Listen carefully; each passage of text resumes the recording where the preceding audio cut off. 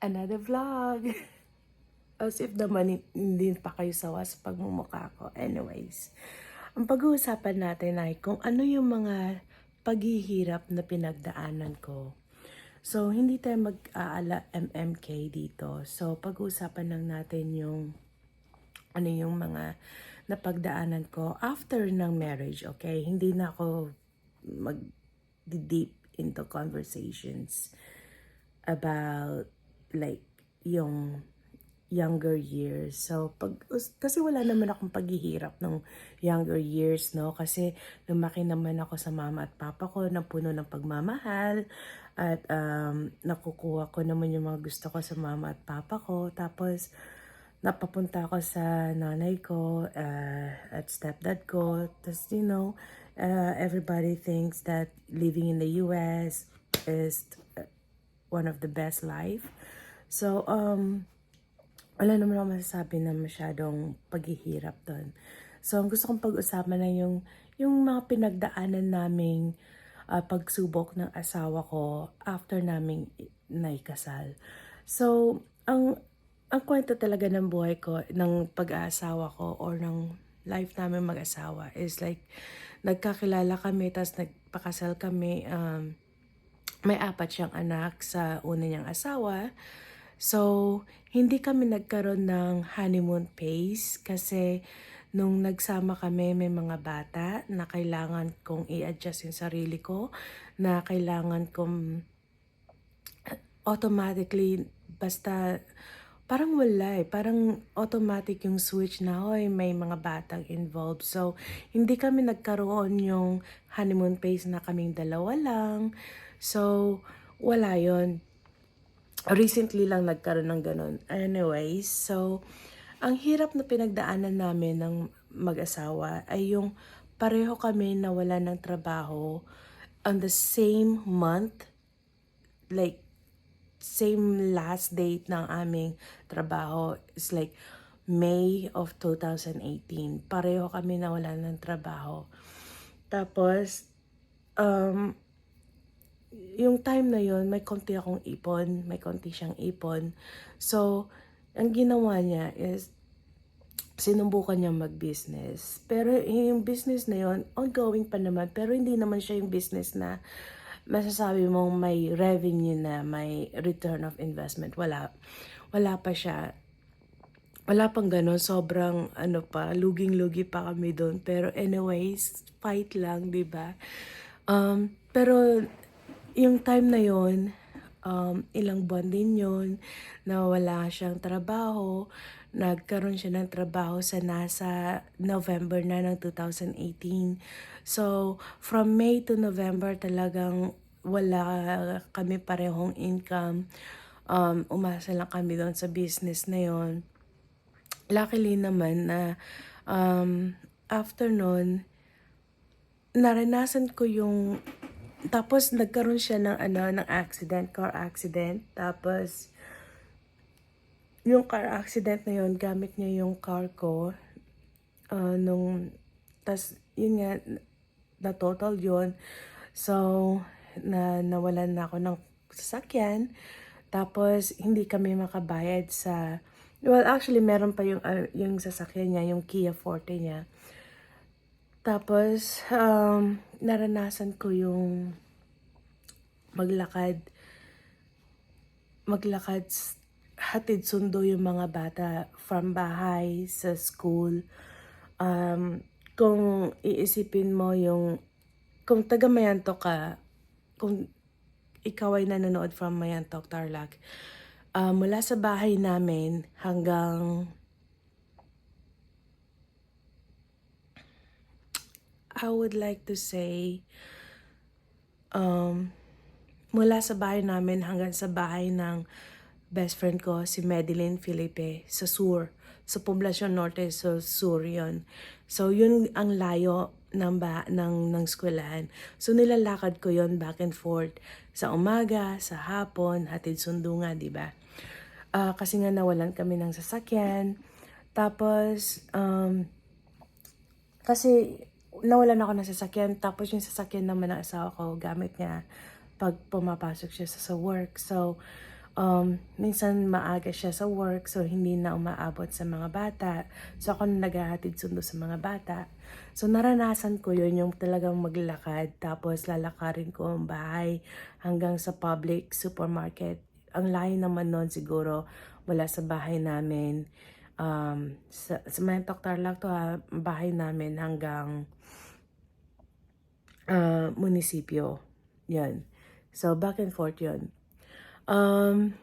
Kung taga Magdalena ka naman, mula sa bahay ng mami ko hanggang Buena Vista, yung layo ng school. Tapos yung Publix naman mula bahay hanggang sa church, siguro, yun.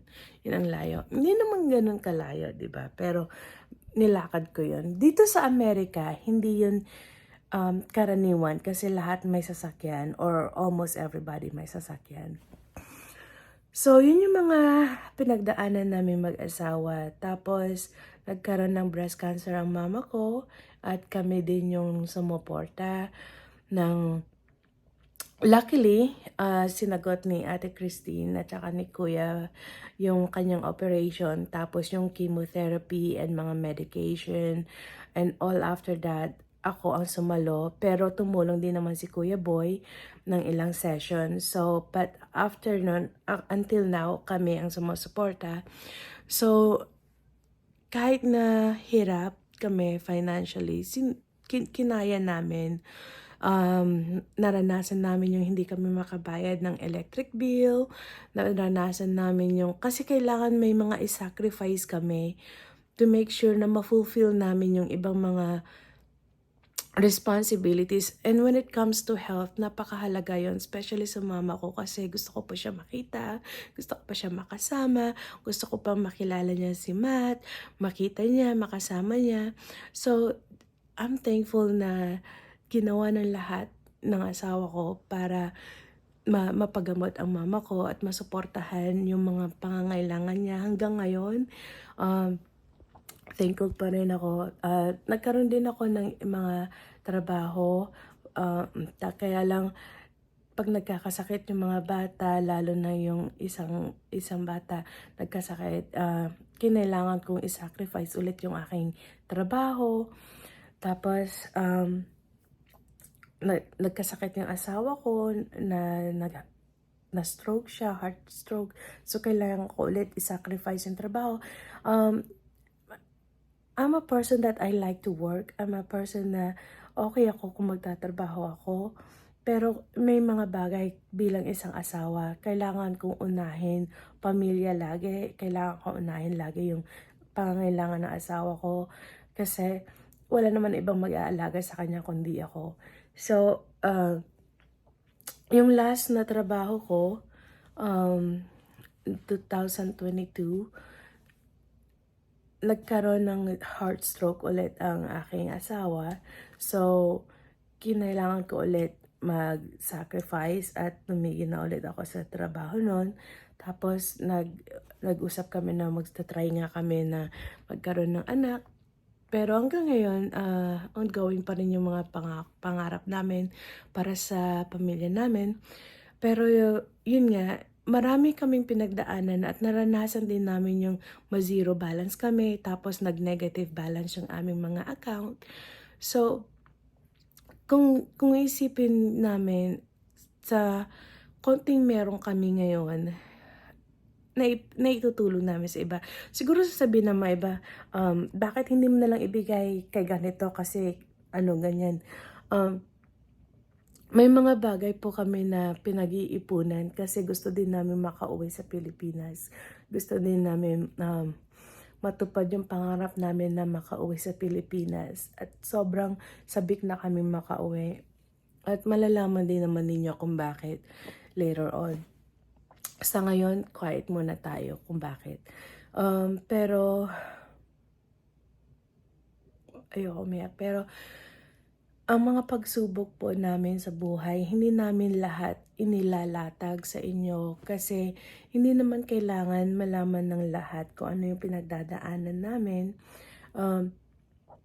Minsan kailangan siguro kasi nakatutok kayo, gusto ninyo may mga tanong kayo. So, kami po sa ngayon, hindi kami mayaman, wala kaming maraming pera sa bangko.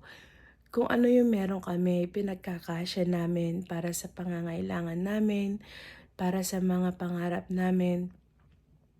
Minsan may mga naisa-sacrifice talaga na pikit mata naming pinagdadasal na sana maunawaan kami kung bakit kailangan naming i-sacrifice yung mga ganong bagay.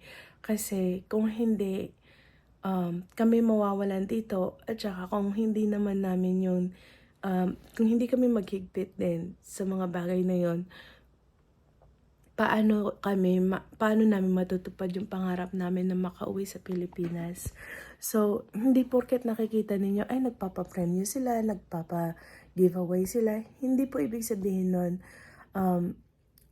irresponsible kami. Yung po kasi, yung ibang bagay na pinapa-giveaway namin, iba po kasi sponsor. Pero hindi din pwedeng sabihin kung anong klaseng sponsor. So, may mga ganong bagay. So, huwag niyong isipin lagi, huwag kayo laging mag-jump into conclusion, huwag kayo laging manghusga na hindi ninyo alam kung ano yung katotohanan.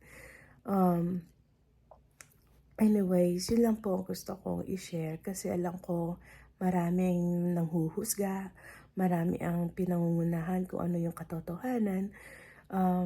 Yun lang.